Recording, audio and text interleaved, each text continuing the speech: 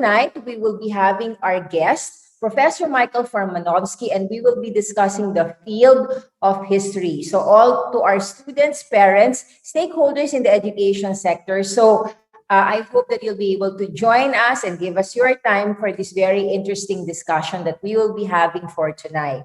So let us welcome Professor Michael Furmanovsky. He's a professor of intercultural communications at the Ryokoku University in Kyoto, Japan. Good evening, Professor Furmanovsky. Yes, good evening, and thank you for welcoming me to your channel. I'm really excited for your channel and look forward to watching it. Okay, so this is especially very relevant to us, especially because Professor Furmanovsky is a historian and he's also familiar with the Philippines, having countless visits to our country from his base in Japan. But maybe you can tell us a little bit about your particular field of study and how you came to actually develop your interest in history from the time that you were a student, a young person, until the current time as your professorship in the university. Yes, I'd be happy to. It's been a long journey, and I've been through many stages. As a child, I was interested in, the kind of stories you get in school. I grew up in Zimbabwe, then called Southern Rhodesia. And so I was living in a country that was always in the news and which had a complicated history involving blacks and whites. So, and also I have a Jewish background. So there were so many things in my own personal life that were part of world history. So it was kind of natural. So then as a teenager growing up in the UK, I tended to be interested in sort of political things, economic things, big matters. And then I went to study in the United States because I had a strong interest in America. And again, I studied the big things, things like slavery, immigration, black-white relations, political movements. That was my PhD work and my research. But then when I came to Japan and I remade myself into an English teacher and got away from all of that, then when I finally came back to history, I merged it with my own personal interest in music and popular culture and decided to become a popular culture historian. So looking at ordinary people's lives, looking at fans, looking at the impact of music, fashion, movies, and so on ordinary people's lives. And so when I go to different countries, I'm always interested in what kind of music they're listening to, what kind of things they're watching on TV, including in the Philippines, So why do people in the Philippines play basketball? What is the Spanish influence? Why do they like particular kinds of music from America, but not other kinds of music from America? So that's sort of what I do now. Yes. So I think from your background in the field of history, that has really metamorphosed into what you were saying about your current interest, which is more of contemporary culture, as it is impacted by, of course, all of this cultural heritage and influences. So what do you think should be the skills or proficiencies that should be developed by students, especially because many of our audience and viewers are students, if they really want to develop maybe a liking for history and possibly even look at history as a possible profession or a field of study that they may do in the future? Yeah, I suppose what I'd probably say is that what you need to have is great curiosity and enjoy the idea of becoming a detective, because being a historian is like being a detective. Now, that's not true for all kinds of historians, because there are people who are intellectual historians and cultural historians, all kinds.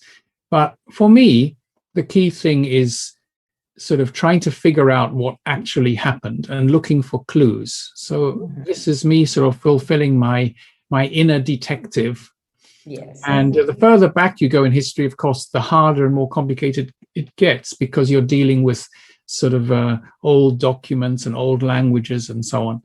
In my case, I'm not.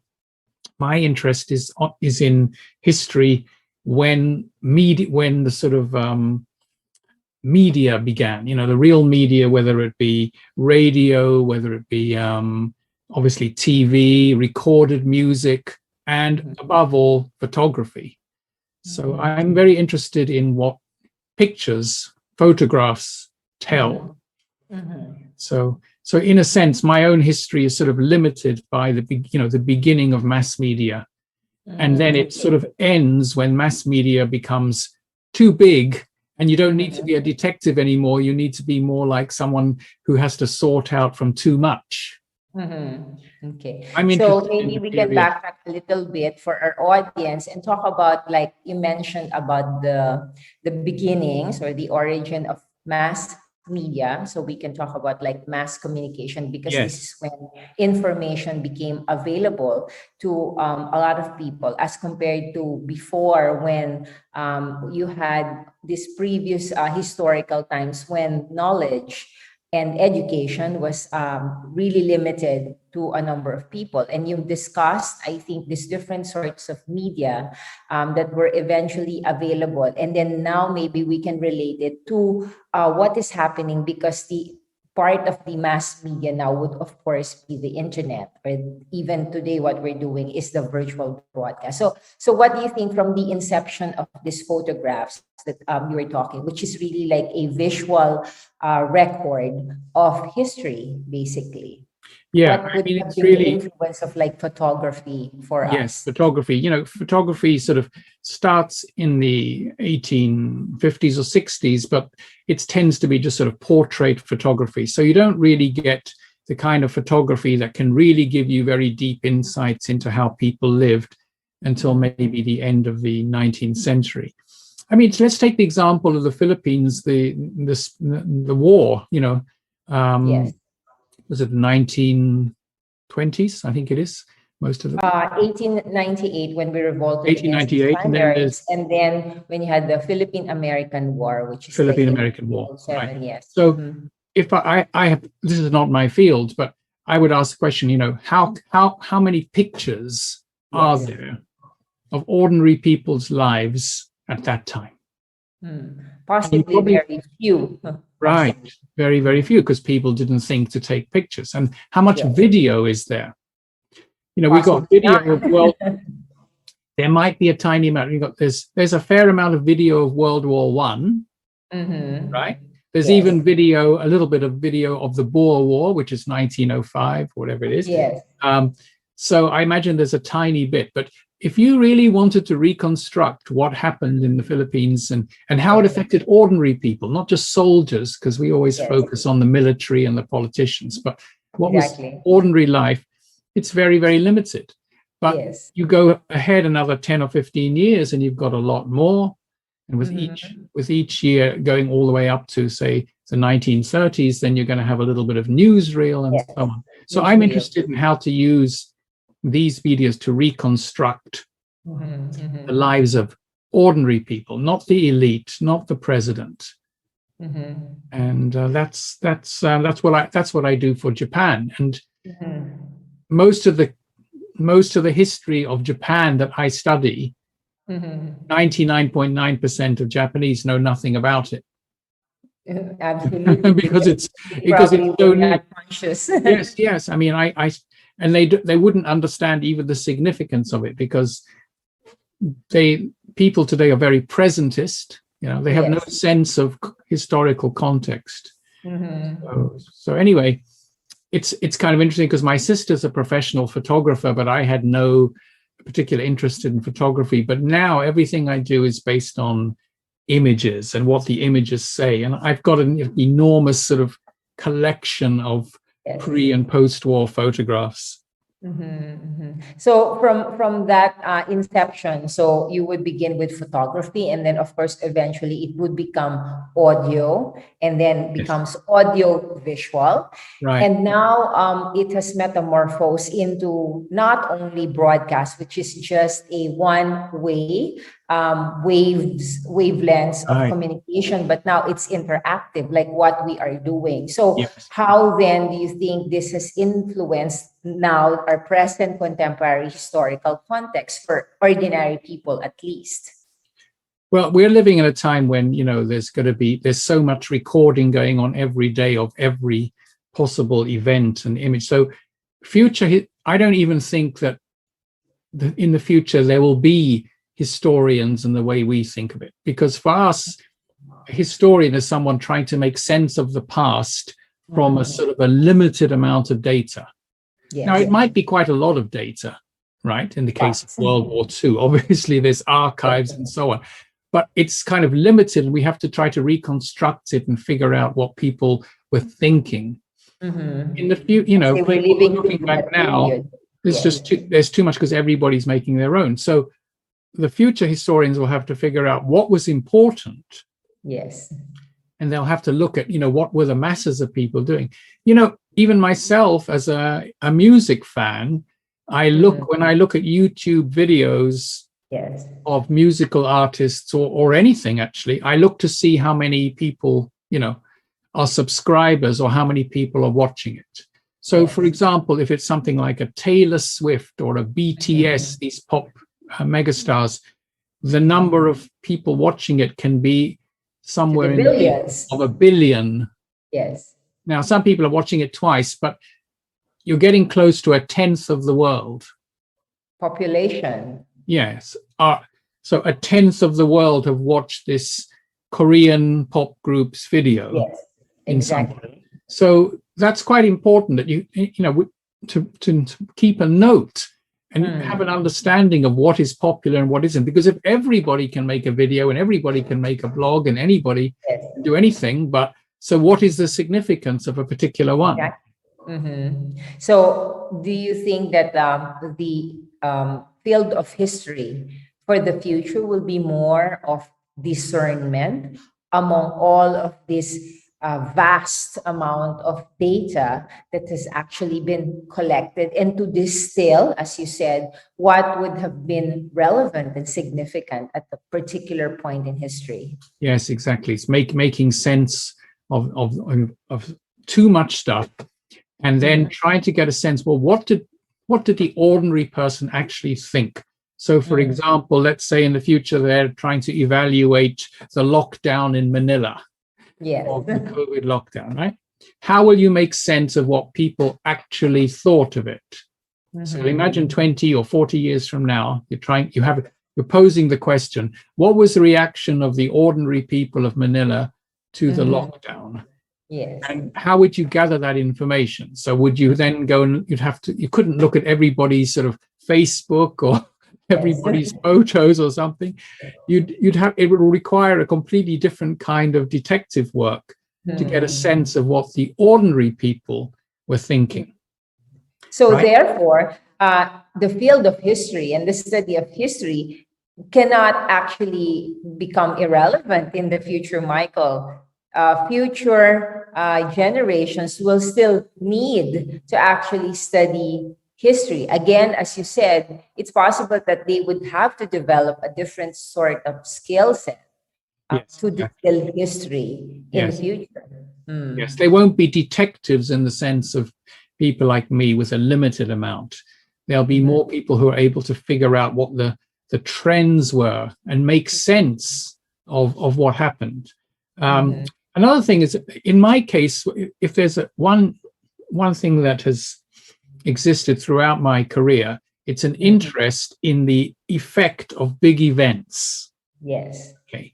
So a lot of what I'm doing in my own work, even though it's with music and fashion, is the impact of America's occupation of Japan. So that is one of the most interesting. Right? Yeah, it's one of the most interesting events in the history of the world, because it's the only occupation of a defeated country in which there wasn't sort of oppression. In fact, it was sort of the other way around, right? So similarly, the key events in Philippine history, when the Americans came in, and then what did they decide to do? What was their attitude towards the Philippine people? What is it that they gave them, and what is it that the Philippine people wanted and didn't want? Exactly. It's quite similar to Japan, right? So they took baseball and basketball, and they took some of the music, Yes, right? but But they rejected other things. yes. And then why did they reject some? Why did they accept others? Same thing in Japan. So in the case of the United States, you're now in Tennessee. Yes. Reconstruction, I don't know if you know about Yes. Reconstruction, when Of America, course. there was a 7-year period Period. and the southern states of America were occupied, and Mhm. anything could happen, right? So Yes. it wasn't impossible that a former slave could become a senator. Yes. And Not they did. after the period. Yes. And Yes. they did. So, Yes. yeah. So in many ways, the occupation of the South, Southern states. America, Yes. and then there's the occupation of Japan, they're kind of parallels. Because they're both around 7 years in which one country had to sort of try to remake the attitudes of the other country. So isn't that what they say, Michael, about history actually repeating itself? And so if you are able to identify the different iterations of events that were significant for a particular country or location, you will possibly find parallels in other locations and countries where it might have taken place. Yes, yes. And you talked before about, it's the intercultural communications, it's the impact of when one country sort of takes over another or has an enormous influence over another country, right? You look at Afghanistan today and you see the women having to, in some cases, wear the burqas or whatever it is, or wear all this thing. Have you ever seen videos or interviews with Afghani women in the 1960s? Yes, or 70s. In New York. Yes, because it was a socialist country, actually. Yes, so very different, or even Iraq, for example. Right. Yes, they were during the time extremely yes. sophisticated. The women in Kabul were wearing miniskirts. Yes, exactly. So when we see it now, if we go back 50 years, it's sort of mind-blowing because we can't imagine that it was once like that.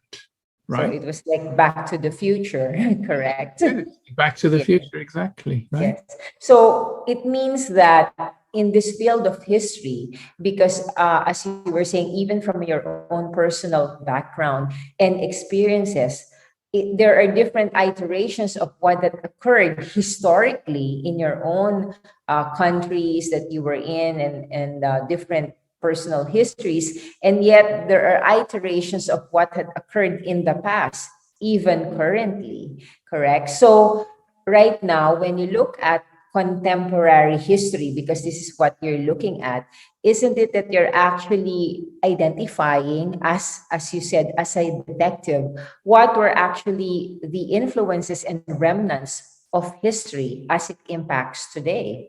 Yes, absolutely. I mean, when the COVID crisis began, there was some historians started talking about the 1918 to 1920 flu epidemic. Yes, the Spanish flu epidemic. Right. Now, what's interesting is that if you go into a history textbook, whether it's America or Europe, a 500-page textbook, and you look up the Spanish flu, it gets half a paragraph.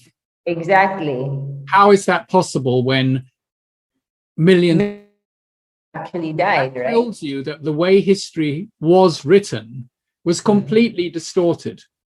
Yes. Because in those days, history was the story of the winners, of the politicians, the military people. So the fact that millions and millions of people died and it only got a paragraph tells you everything you need to know. Exactly. And that's only 100 years ago. We're not talking about 1,000 years ago when we have to look at, parchments and paintings. Yes. This is 100 years ago, and the history was erased, essentially. And if you go compared to, let's talk about like the rise and the fall of the Roman Empire. Exactly. Which until now is treated very significantly with volumes of history books. Well, there's a million examples of things where there's literally 10,000 books. Now, when I was in my 20s and I went to live in the United States, there were certainly a lot of books about slavery already, but the amount of new ones that were written that were called so-called revisionist history. Yes. That's sort of, I grew up with revisionist history, which is basically saying that the previous historians were not really doing their job. They were telling a story. Or they have gotten history wrong, basically. Got it wrong, or they were telling it from the point of view of the people who won and ignoring the people who didn't. History is written by the winners. So if you're a historian, you're constantly seeing parallels. For example, in the United States today, Biden is embarking on a plan of spending trillions of dollars on all kinds of projects. Now, when did that last happen? As during the time of FDR, after the Great Depression. Yes, well, it's exactly in 1936. Yes, he started to do it, 35, 36, and then it came to an end 3 years later. It petered out. Yes. For various reasons, because so many people opposed what he was doing, and they talked about how they were overspending. And then it only came back again because of World War II. So if you know that, then when you see what Biden's doing, you know how revolutionary it is, because President Biden is not a revolutionary man. He's a very ordinary sort of mainstream politician. And so was Roosevelt. But both of them are doing things that are more important than perhaps any other human being in the in the last 100 years because of this accident of history. So, people who know this, what happened in the 30s, have a different take on it.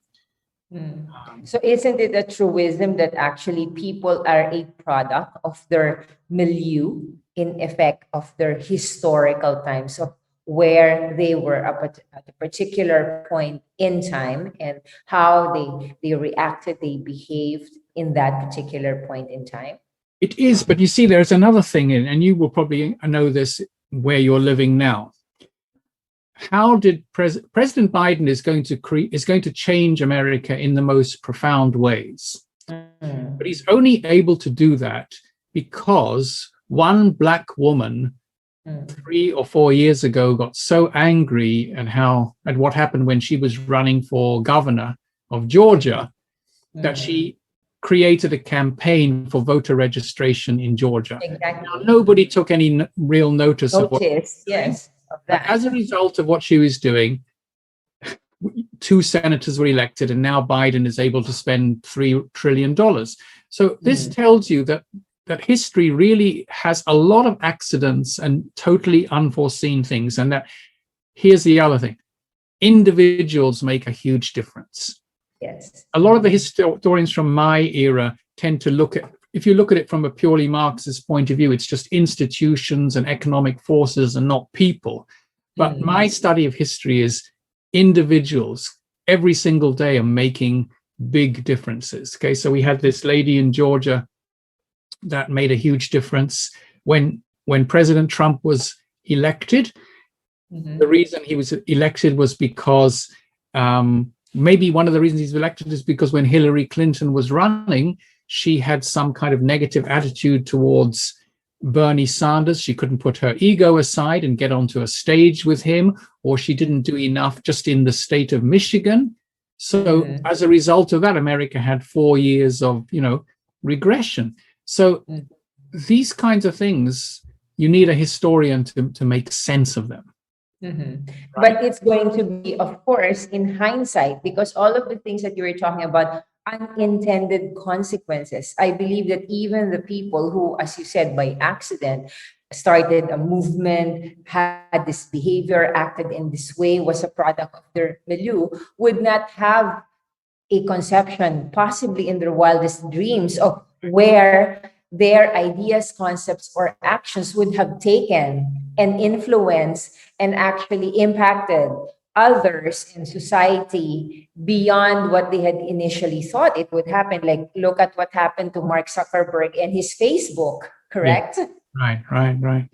Getting back to the Philippines, I mentioned before that I grew up in southern Rhodesia, which then became Zimbabwe. Yes. Right. Now, when I was in my teens, there were 2 people in Zimbabwe or at that time southern Rhodesia, 2 black men who were sort of had movements, right?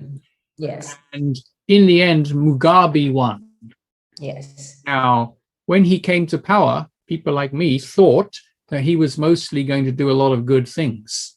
Reformist. No reason. There was no reason to think that he would do anything other than good, progressive things for his people. He'd been in exile for a long time, working very hard. And when he came to power, he did a number of good things. Then his rival, the guy that grew up where I lived,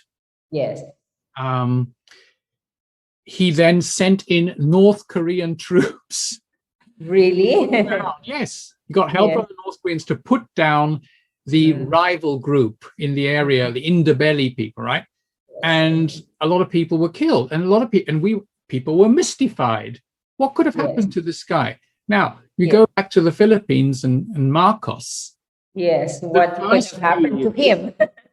There was no reason to think that he was going to become a corrupt dictator when he first came to power. There was every reason to think that he was going to bring a lot of good things to the Philippines. He understood. He was a clever guy.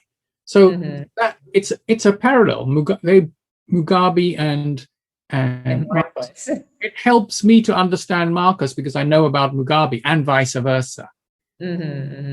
Ask yourself, well, so then what happened? Yes. Is it the old thing about corruption? Too much power corrupts, absolute power corrupts absolutely. Is it this, or is it a psychological thing? What could have possessed these very progressive people who worked very hard and seemed to have their country at heart, then do all of these destructive things? But that's another thing. I'm interested in biographies too. In fact, all my work is really about people. Now, I don't look at the big people. I look at singers and so on. But somebody who wanted to understand what happened to Marcos would have to trace it almost, week by week to see when did he first start to do something that was a sort of a betrayal of what he had earlier stood for. And the same thing with Mugabe, and the same thing with other people who came to power as progressives and then turned into a dictator.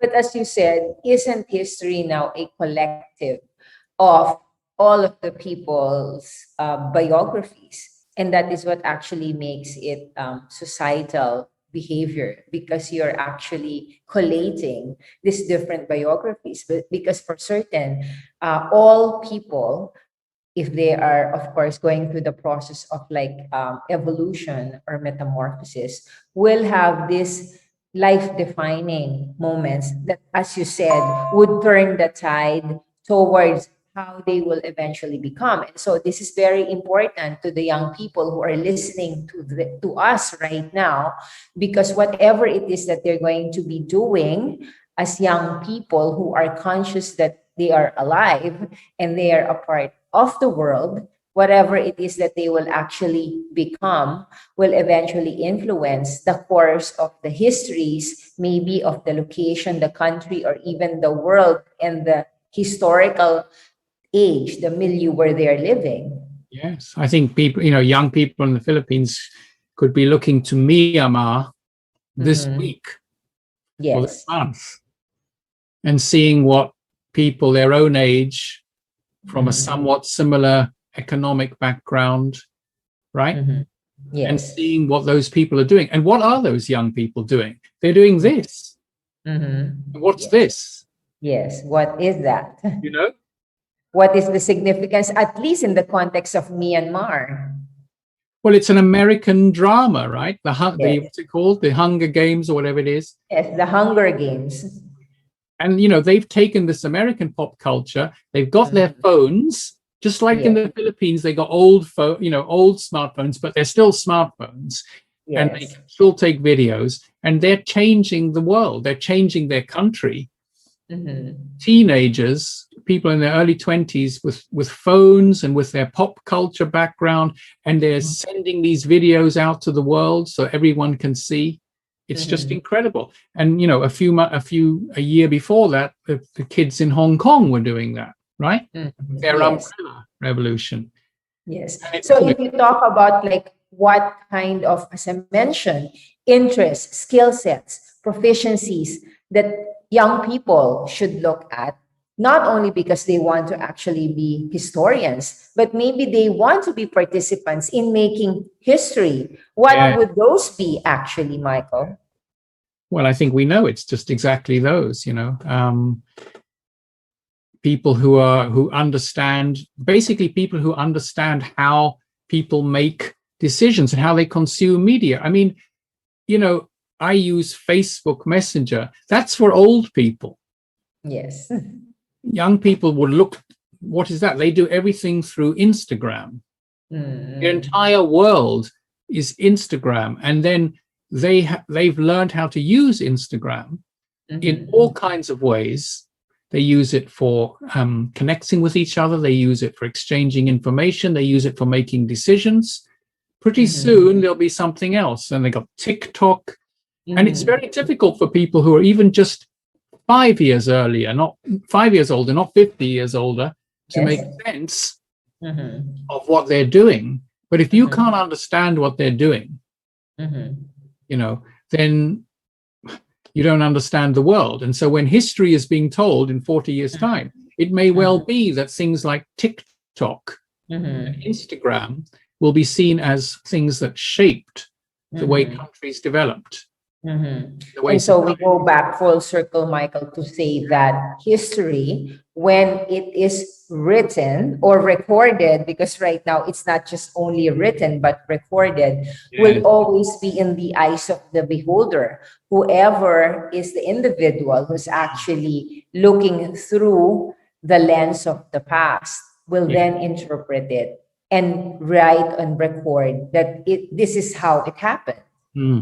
And it'll be impossible to tell history through a book with text.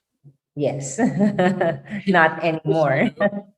A book with text, black letters on white paper, doesn't tell you what you need to know. And not anymore. Correct. Yeah, so I think so. We've come full circle, Michael, to say that what are we now going to look to the future? In terms of like the field of history, what kind of distilled, wisdom or advice can we give to young people who are actually, they are making history as it is happening right now, and for future generations to look at and say all of these events, behaviors were actually significant and relevant in that particular age, in that particular milieu? All I would say is record everything, keep it safe, because it's much more easy to delete, right? Yes. Delete an old photograph, you have to sort of tear it up and burn it. This can be deleted like that. Keep it safe, and look at it periodically. And then they don't need that is their time capsule. Yes, exactly. That's their time capsule. They're going to have masses of video to go through. It's going to be difficult because they're going to have too much, not too little, like the previous generation. It'll be too much, but that's the thing. You've got to keep it, and then you can look at it later and figure it out, right? Don't throw it away.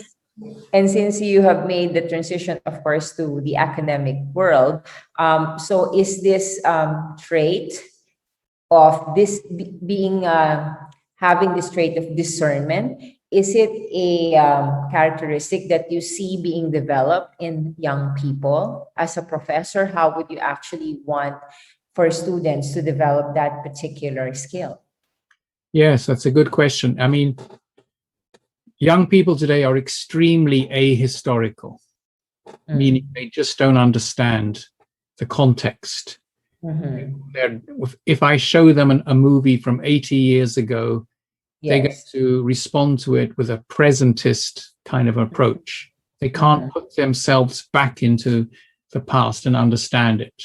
And that's my biggest challenge. That is my single biggest challenge. And that's the biggest challenge for any future historian, is how can you help young people to understand what the mindset was at the time? And so often I show students things and they see them, but they don't understand the significance of what they're seeing. So if I show them pictures of women looking extremely modern 80 Yes. years ago, which is what I do. Japanese women dressed in Western clothes and looking extremely modern. Yes. Only about 1 out of 10 students says, wow, that's amazing to think how modern they looked. Others will say, oh, they were a bit old-fashioned in those days, which is completely historical, right? Yes. So how can we overcome this challenge that we're facing when people are actually ahistorical, not having a consciousness about looking at history? Because we know history repeats itself, correct? And if you are not able to learn from the lessons of the past, you are bound to create the same mistakes that has been made in the past. well, there's only one thing we can do, and that is to try to make it interesting, just like anything else you teach. You can make it interesting to them, and that's what my whole life as a teacher, not as a researcher, but as a teacher, is dedicated to making this interesting enough so that students become fascinated by it. I can point out the fact that it was 80 years ago, and so you shouldn't be judging it with a presentist kind of approach. I can say that. Most will not be able to, but if 1 out of 10 gets it, that's enough. But so but if it's not interesting, then why would they bother, right? And if you're showing students from today's generation something old, if it's black and white, if it's low quality, then they kind of get turned off. They'll say, well, I can't watch that. I can't really enjoy it because it's such low quality and it's black and white, or there's no sound, or it's distorted, right? So you've got now actually I think we have to go back to what was being said about, is the medium the message, or is the message the medium? Let's go back to what we were originally talking about, your interest in history and the media that came in. Because now you're talking about the difficulty and the challenges of being able to get the young people interested because they are ahistorical. And so now it's not even the content that we actually want, that's part of it, the distillation of the content. But now you're talking about the medium in order to effectively reach them. And it seems that this generation, I have to say, would have difficulty discerning, is the message the medium, or is the medium the message? Yes, of course they will, but they are intertwined. And since the mediums are having such a profound effect, like we were talking about in Myanmar and so on, then we don't need to separate them completely. But it's, if you want to sort of get students on your side, if I show them, for example, what video games looked like at the beginning of video games, or I show them what rap music was like when it started, they can relate to that because they still like rap music today and they play video games today. So they see how crude they were, but it's still, they recognize it as of something from their generation.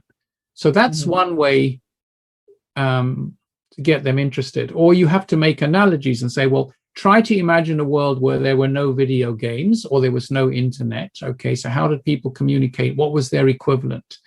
The other thing is that it's important that they understand that what people did in the past was amazing. Because if they don't think of it was amazing and showed great ability or artistic expression, then they're going to dismiss it as being inferior.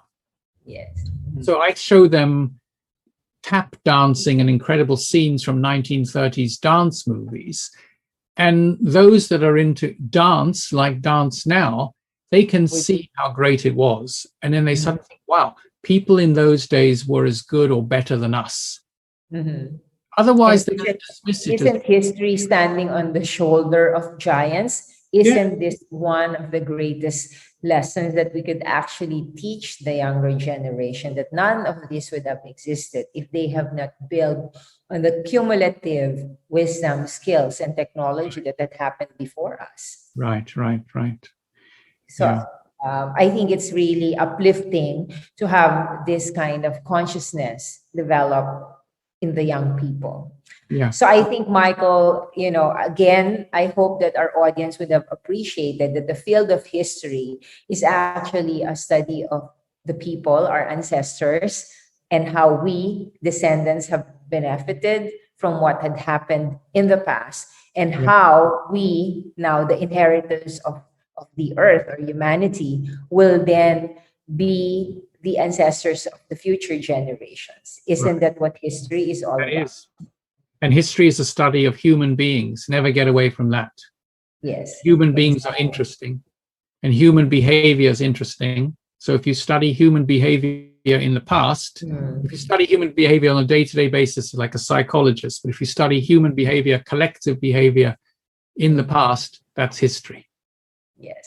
So with that, Michael, maybe you can give some parting words to our audience. It was such a very fruitful discussion that we had about how they can look forward to the future by building on a consciousness, developing the skills, the curiosity for the field of history.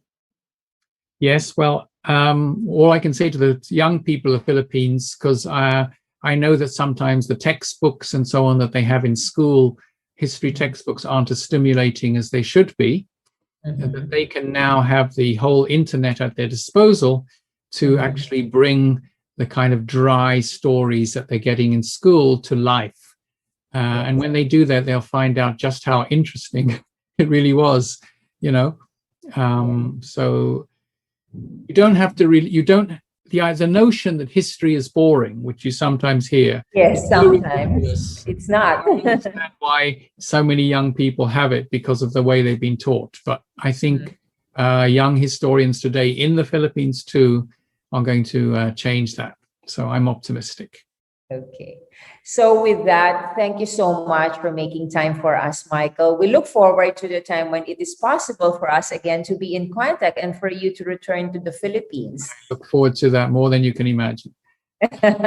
So stay safe and healthy, Michael. Thank you so much. Thank you. We will look forward to your visit very soon.